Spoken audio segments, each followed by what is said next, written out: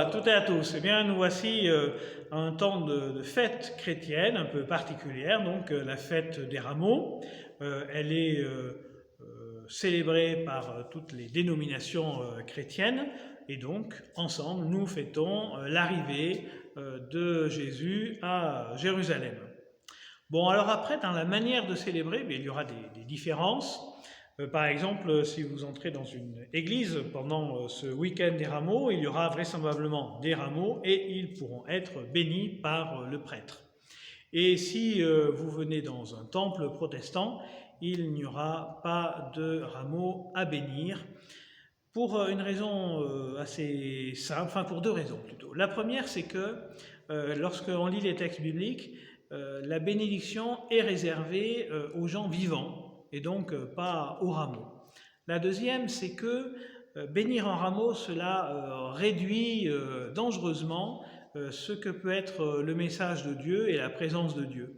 Parce que le rameau peut être compris comme une sorte de porte-bonheur, et parce qu'après, une fois qu'il est béni, que fait-on du rameau? Eh bien, on amène le rameau chez soi et il est mis quelque part, au hasard au-dessus de son armoire, et il pourrait être celui qui va porter chance. Eh bien, réduire Dieu à un porteur de chance, c'est assez injuste par rapport à la richesse de son message et à la richesse de sa présence. Dieu ne peut pas être ou n'est pas, disons, un fer à cheval, quoi. Alors, que dire de cette fête des rameaux? Je prends un petit élément. Dans l'évangile selon Marc, vous avez donc Jésus qui arrive et le texte dit « Il y a la foule, il y a Jésus qui sont à la fois derrière et devant Jésus ». Bien, j'aime beaucoup cette image de devant Jésus parce que il y a cette volonté d'avancer et on pourrait, c'est bien sûr une interprétation, mais on peut penser que celles et ceux qui sont comme ça devant Jésus, sont enthousiastes, pleins de vie. Ça me fait presque penser à des parents qui sont dans un parc et qui disent à leurs enfants, allez-y, allez faire vos châteaux de sable. Eh bien, pour les hommes, pour les disciples du Christ, c'est un peu plus que les châteaux de sable, c'est de l'engagement, ce sont des actions.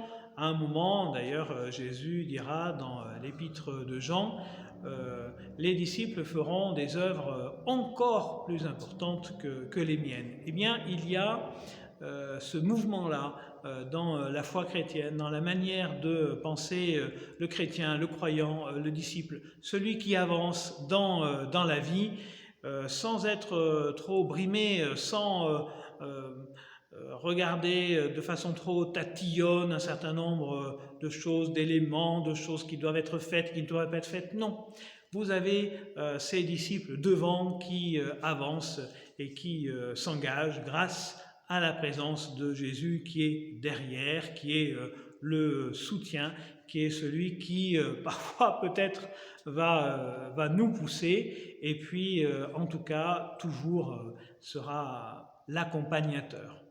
Et ainsi, je vous propose finalement de vivre cette fête des rameaux comme cela, aux chrétiens, aux croyants.